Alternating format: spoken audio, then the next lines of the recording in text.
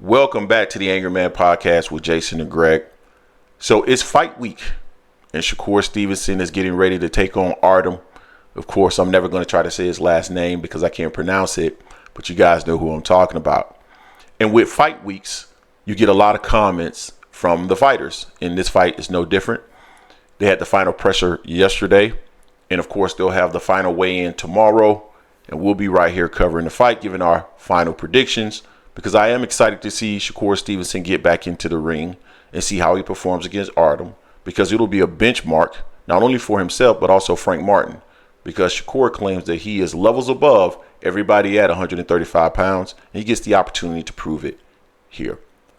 Now this week, he's been talking a little bit about Top Rank and his contract situation. He is going to go on to the open market as a free agent.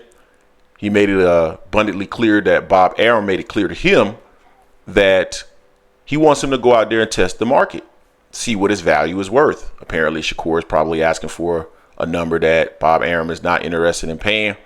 And Shakur feels like he knows his worth and wants to go out there and test the open market.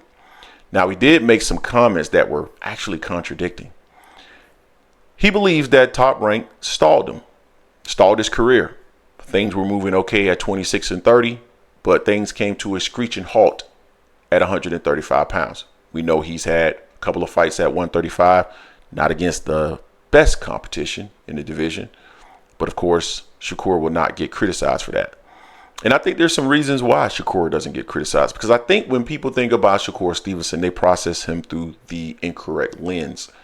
Because even sometimes I don't think about this. I think when you think about Shakur Stevenson, you think about him as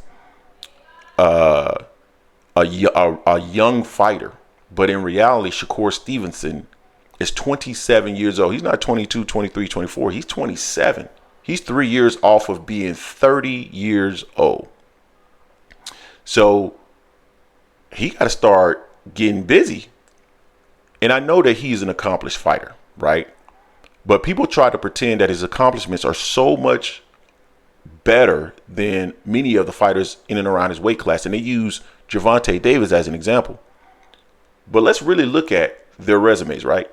Shakur Stevenson, silver medalist, has titles at 26, won a couple titles at 30, and now has the WBC title at 35. Gervonta Davis won titles at 120, 130, currently the WBA champion at 135, and also held the regular title for the WBA at 140. So they're both winning titles. They both won titles. But yet, for whatever reason, we try to hold Shakur in this high esteem as a champion, but not Gervonta Davis. Really doesn't make a whole lot of sense to me how we gauge these fighters.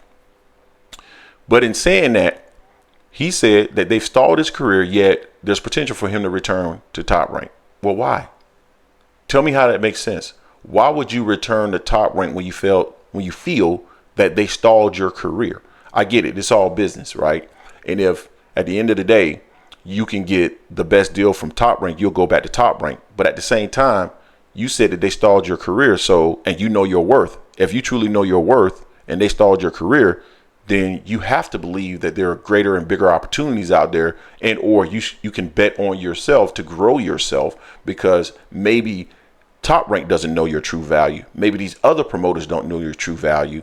But as you know your true value, there's an opportunity for you to go out there, help promote yourself, take a bet on yourself, and grow your brand. So I don't get the comment of why you would go back to Top Rank. As I mentioned before, I think he's in a precarious situation. I think he needs to think about, number one, who all he has in his corner in terms of, managers, things of that nature. Because to be quite honest with you, I believe that that's a part of the reason why he's in his current position. All the managers, all the promoters, you had Jay Prince, you had Andre Ward for a little bit, and you decided to sign with Top Rank. So Does Top Rank play a part in this? Absolutely, because Top Rank is not necessarily all that great at promoting African American fighters. I've said this in past videos. I'm going to continue to say it. In their style, their recipe, their playbook, if you will, has been to tie names to the biggest and best fighters in and around that weight class. That's how they promote their fighters. But you had the opportunity to choose a different path, and you chose Top Rank. What have you done to put your name out there, right? A promoter's job is to promote the event. Your job is to promote your brand, right? And you have to do that by yourself. You have to do that as, your manager. You guys have to figure out ways to get exposure, and you don't get exposure to the general public by just simply tweeting on Twitter and all that other stuff. That's cool for general box or for hardcore boxing fans, right? They'll see it. That's great, but you got to reach an audience outside of hardcore boxing fans. And I don't see Shakur Stevenson making any efforts in doing that. That's Shakur Stevenson's fault. That's something he got to figure out. He got to figure out how to make people more engaged with who he is and what he is as a fighter versus relying solely on Top Rank to do that for you, right? That's what Floyd figured out. A lot of these guys look up to Floyd. They idolize Floyd, but Floyd got out there and got busy. Floyd got out there and got on Dancing with the Stars. He fought. He got his opportunity with Oscar De La Hoya, but subsequent to that, Dancing with the Stars. Other different avenues that Floyd took in order to get his name out there, and before you know it, Floyd became the biggest star in the sport. We're talking about a defensive fighter who, at in his 30s, Money May, was not as offensive. Still a great fighter, but not as offensive. But at the end of the day, was the biggest draw in the sport because he figured out a way to engage the people. That's what Shakur Stevenson has to do. He has to figure out what he's going to do in order to engage the people. I'm looking forward to his fight this weekend. Again, like I stated before. But again, it's not a fight that does anything for him. His last two fights, he won the WBC title, but, fighting De Los Santos, who we call Ghost. A lot of people got confused by that because they thought we were talking about Frank Martin. No, De Los Santos. It was a decent, well, it wasn't a decent scrap but it was a decent name. But he has to do more to build up who he is, his resume, and get people intrigued by who he is, period. End of story. So Shakur Stevenson will be a free agent after this fight. We'll see where he ends up. Supposedly, Floyd has shown interest. Matchroom has shown interest. Oscar De La Hoya has shown interest. But the interest has only been these statements through different videos, interviews, or Twitter. So we'll see what the interest truly is when there's an opportunity to sign him.